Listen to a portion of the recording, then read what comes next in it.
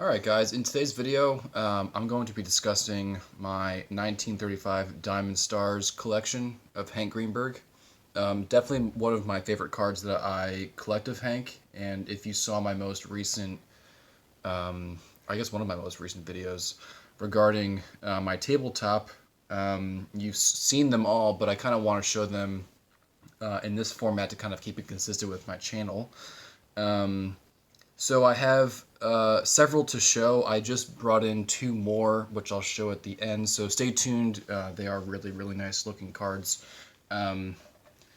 First, I want to show the only signed card that I have.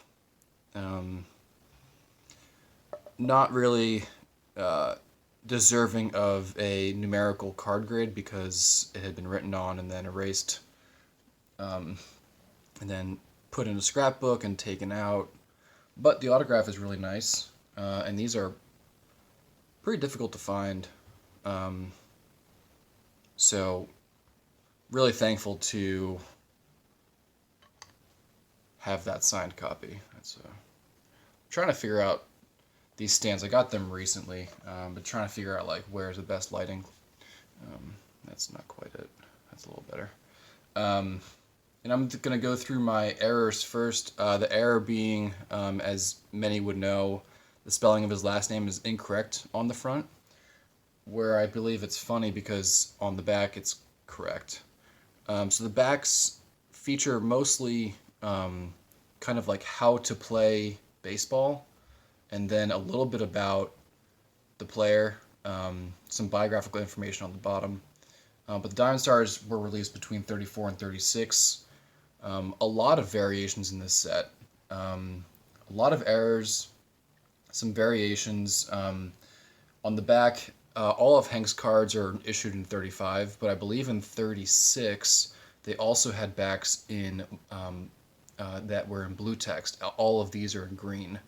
And so this is one of the errors I have in a 3. This video might be a long one, but I don't really care. Watch it if you want. Pretty nice card.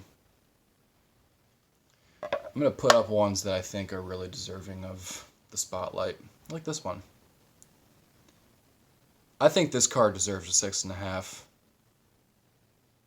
If it weren't for the top to bottom centering, I think it would get there. But pretty exceptional card. I also think maybe if it were graded 10 years ago, it would probably get a 7. But that's just an ode and testament to how tough third-party graders are now on cards. This is a really nice one. Definitely one of my better ones that has great color. I think this might have been one of the first errors. I think it's this one. The first errors that I bought it raw on eBay, and I kind of took a shot. And I sent it to SGC, and I was not sure if it had been, altered or anything. I wasn't as familiar with the issue as I am now, and they gave it a 5, and I was thrilled. I remember when I found out the grade, and then got it back. It's a good one. So I'll put that there for now, but something might take its place in the future.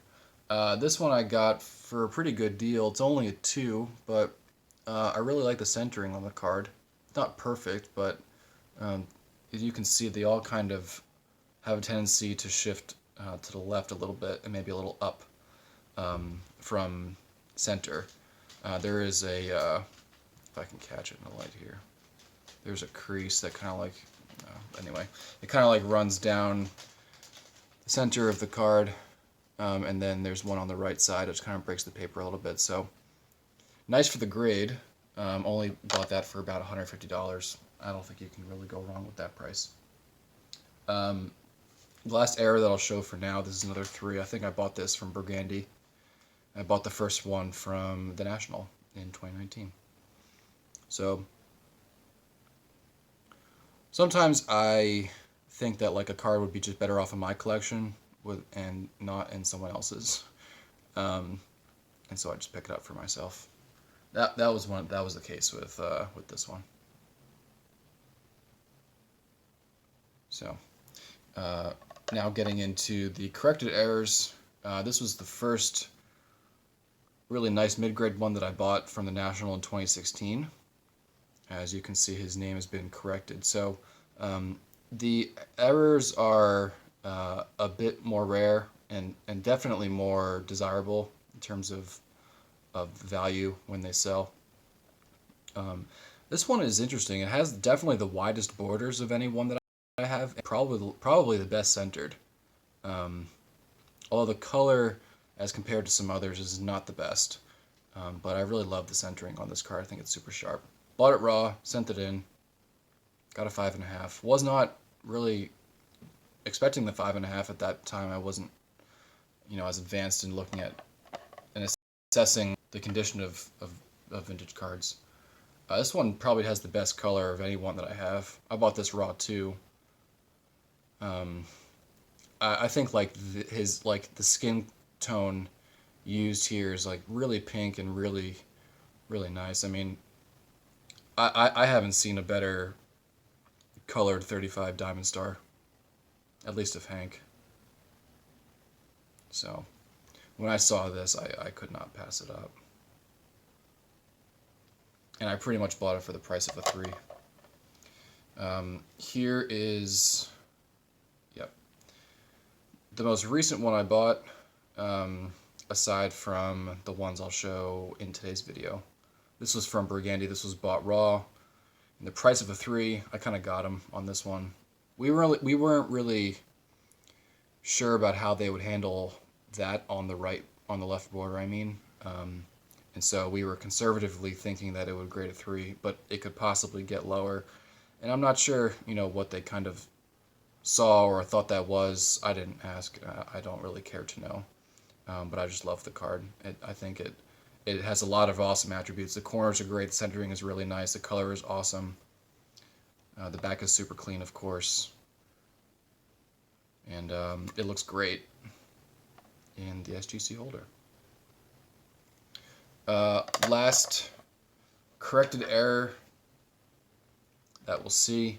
This one I bought actually from Bagger's auction, but saw it first at White Plains at a dealer, and he priced it so high I couldn't get there. And then it showed up in Bagger's, and I was like, holy crap! And then I made a shot at it, and then I won it for far less, I think, than what it should have gone for. So happy about that. Next two cards here are really due to, or the fact that I own them really due to Scott. Scotty Tradition put me on to these cards because a dealer friend of his got them raw in a collection back in January, and I stayed in touch with him every so often, and then last week they became available for sale. So I picked up this 3. Definitely the best 3 in my collection, no doubt. The only thing really keeping this down is there is a tiny wrinkle in the top left corner near the D and Diamond Stars. You're not going to be able to really see it. It's very faint. But the card really presents very well. And I can't recommend BBC Emporium enough. Kurt is the man. If you have an opportunity to deal with him, I would highly and strongly recommend you doing so. Offers very fair prices. And very happy with the service. The next one here, and the last card I'll show, is a uncorrected error in a 4.5. This card is very, very nice. Love the color on it. The centering is also nice. Very, very clean card. And so I'll send the 2 PSA cards off to SGC and get them done. Probably in a month, maybe 2. We'll see. But thrilled with this. Got these 2 cards on Saturday and have kind of waited to kind of show them off. So here they are in all their glory, along with all of their friends. And together we have a gang of 35 Diamond Stars Hank Greenberg cards. 12 in total. So those are the first two that I picked up in 2020. We'll see if we come up with maybe one more in a couple weeks or so, working on something. So, guys, thanks for watching as always. If you have not seen me on or heard me on Mike O's podcast that he posted just the other day, had a lot of fun with Mike, and hopefully do one in the future sometime soon. Thanks, guys.